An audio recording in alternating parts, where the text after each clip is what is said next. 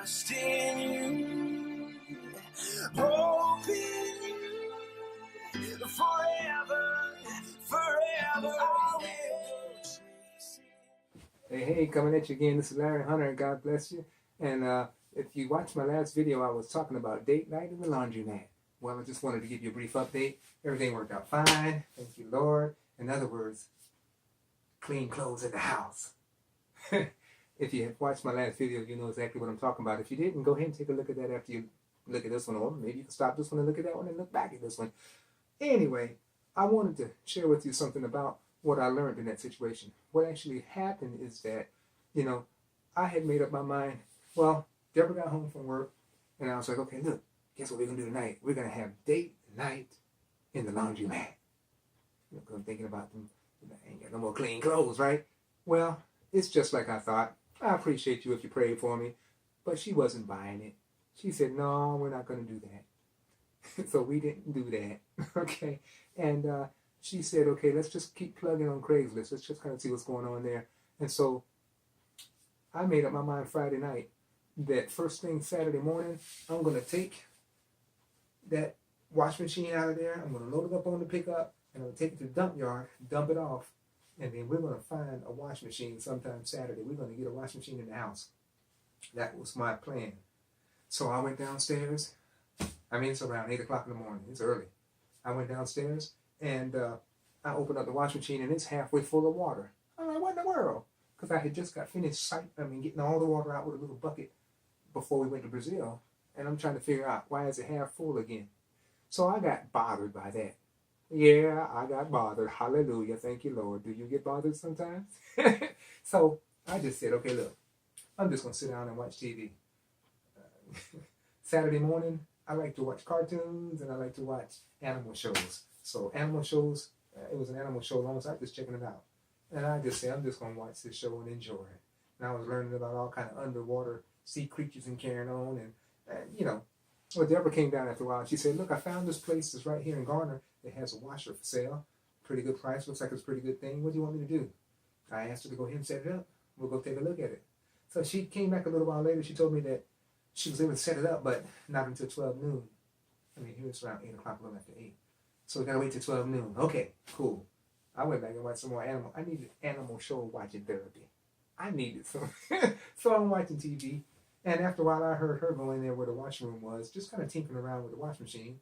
I said, praise the Lord. Glory to God, After a while, she told me, she called me in there to take a look and see what's happening. And guess what? The wash machine was working. See, the problem was that it wasn't spinning, and it wasn't draining the water out. And she showed me that it was doing that. And she told me that what happened is, you know how when you lift up the wash machine door, that it won't go into the spin cycle if the lid is up. Because there's a little teeny thing that sticks out behind the door. So when you lift it up, somehow it indicates to the wash machine that door is up. So as a safety precaution, it will not allow the wash machine to go into the spin cycle or to drain water. It turns out that the problem was that little piece that's supposed to stick out and indicate it had some gooey stuff around it. We probably spilled something on it, and so it wasn't going in and out like it should. So the wash machine thought that the lid was up, and therefore it deactivated the ability for the spin cycle. I hope you're following me. I ain't even trying to act like I know something about wash machines, but that's what went down. What I'm trying to say, it was a minor problem that Deborah found and that she actually was able to fix. And so we were able to get our washing machine working again, and Lord, we had a clothes washing party all day Saturday. One load. You gonna do a load now? Yeah, okay, I'm doing next load. Okay. We just had a washing machine party all day long. But see, I want you to see this. Very important. My attitude was that I was gonna throw the washing machine out because it all of a sudden was not operating to my satisfaction. It was not benefiting me. So I was ready to toss the whole thing out and just get another one in here. And see, the thing is, a lot of times we do that in life with our relationships. I want to talk to you about this now, okay? In our relationships, we have someone in our lives that has been a benefit to us, has been a blessing to us, but then all of a sudden, for some strange reason, we don't feel like they're being a benefit or a blessing to us anymore. A lot of times what we'll do, we just throw them out. We just, hey, kick them to the curb, so to speak. Don't do that. We should never throw people out. We should never throw people away. It could be something minor, like it was with the washing machine, something that somebody's going through that's causing them not to be their normal selves. They don't need to be thrown out or dissed or kicked to the curb. They need to be... See, what happens with my wife, she had the willingness to go in there and see what was causing the problem with the washing machine, because it had worked well for us before. So why is there a change? So she had the willingness or the presence of mind to go and just kind of see what's going on. And again, it turns out it was something minor, and she was able to fix it, and we were back in business. Okay? So I want to encourage you to have that attitude towards people. When somebody's seemingly not benefiting you anymore, what do? Don't just throw people away. Never throw people away.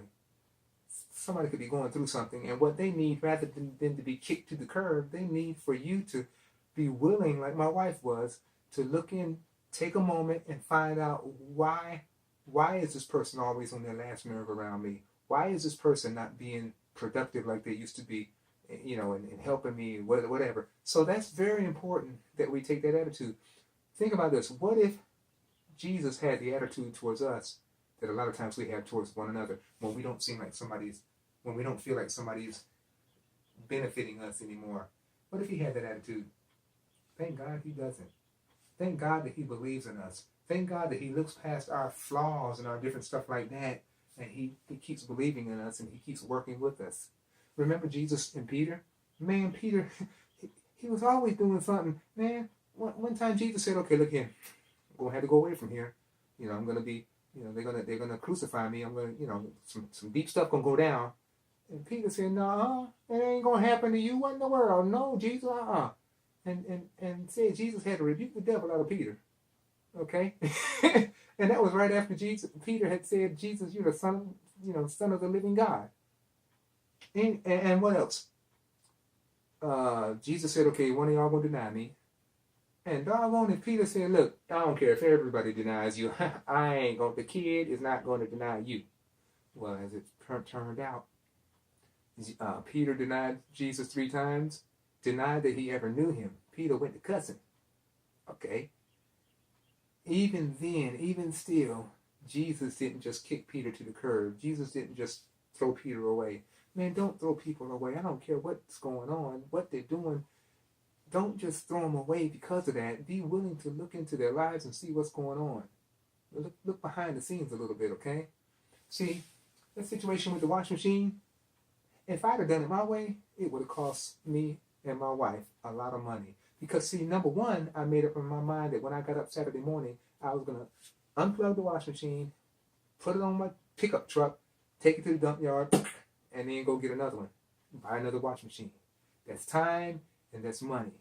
Second option that I thought about was to call a repairman, a washer repairman to the house. Now, if he'd have come out there, even if he would have found out that was a problem, I bet we wouldn't have paid no 25 cents for him to fix it. He would have charged us big time just for coming out there. So that would have been cost us money. And then also I thought about, they got people that will come and pick up your broken appliances. Of course, they can go take them and fix them and resell them. I thought about calling somebody to come out to the house. Just get this thing up out of here. Just get it. How much we got to pay you? Just get this thing out of here. That would have cost us money. And when it turns out that the problem with the washing machine, the problem with why it was no longer benefiting us was something very minor. That little teeny thing was kind of jammed up. And Deborah saw that, found that, and fixed that, and it worked just like it did before. Be willing, concerning the people in your lives, instead of kicking them to the curb when they don't meet your criteria or they don't satisfy you anymore, instead of kicking them to the curb, be willing to look into their lives and see what's going on. Maybe God will use you to help them through whatever they're going through so they can get back to being themselves. Look a little closer. And I want to encourage you. You remember even Peter. Man, this is cool.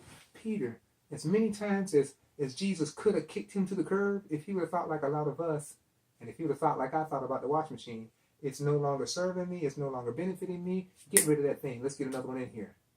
If Jesus would have thought like that about Peter, thank God he didn't, then it would never have happened that on the day of Pentecost, when Peter preached, over 3,000 people gave their hearts to the Lord. See, Jesus will never give up on you. Jesus will never kick you to the curb. Let's have that same attitude towards one another in the relationships in our lives. Let's not take them for granted. Let's not take them lightweight. Let's not, if somebody just kind of seems like they're no longer a benefit to you, that you just kick them to the curb or you just throw them away. Don't do that. What if God would have thrown you away? What if others in your life had that attitude about you? That, okay, well, you seem no longer to be a benefit to them, so they're just going to throw you away. You don't want it done to you. I don't want it done to me. So let's not do it to each other. Hope you have a wonderful week. It's going to be great. God bless you. And I will see you again next Monday. I want you to remember this also, that it's in Him that you win.